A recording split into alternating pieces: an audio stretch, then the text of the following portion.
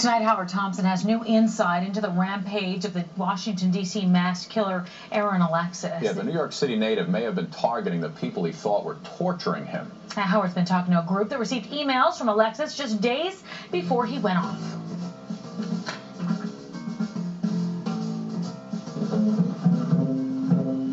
I first met 57-year-old Timothy White a little over 5 years ago.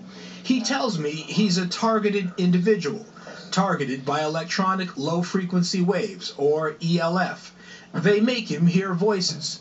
Timothy is the Executive Vice President of Freedom from Covert Harassment and Surveillance, a loosely based organization that claims to have thousands of members worldwide. I have a whole contingent of victims in China, Japan, South America. September 1st, Aaron Alexis sends Timothy White and other FCHS members this email.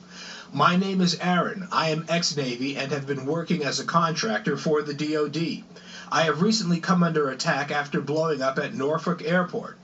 Alexis goes on to write that I am glad I found this site. However, I need assistance because I have not allowed them to scare me off my job.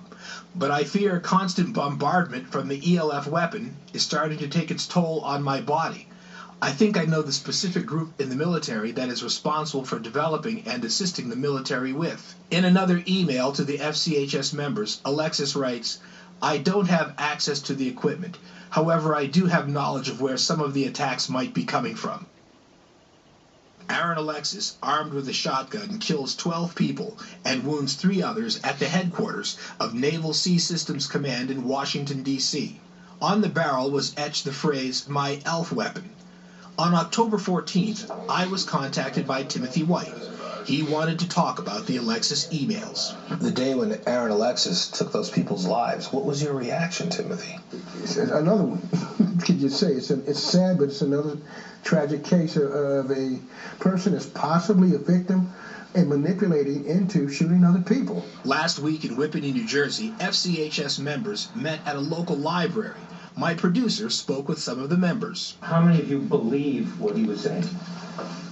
How many of you believe that Aaron Alexis is just one of many people who might also go off like that? This is Denise Pomple from Bayside, Queens.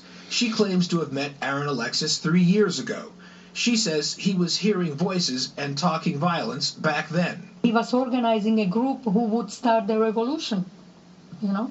A revolution against whom? What did he want? Against the government, because he could see that the government won't listen to us. Whom should I tell? If you go to the police, they think you're crazy. If you go, like you see, they're going to either lock you up or something. And like I told you, even if you go to Washington, everybody ignore you. Have you ever felt anything that you feel might drive you over the edge to do something like he did? Is that your sweater? No.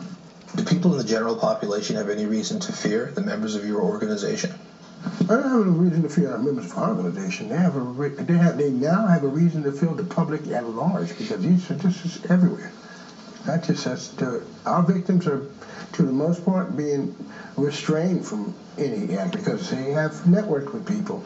They have found someone to help them. For some reason, Aaron was targeted even more once he joined our group, and he wanted to pursue that naval installation. The members of Freedom from Covert Harassment and Surveillance want it made clear they do not advocate or condone any violent activity. But they say they believe they understand what drove Aaron Alexis to his violent actions. If you have a problem, download the Help Me Howard app. Find me on Facebook, Twitter, or Instagram. Thank you.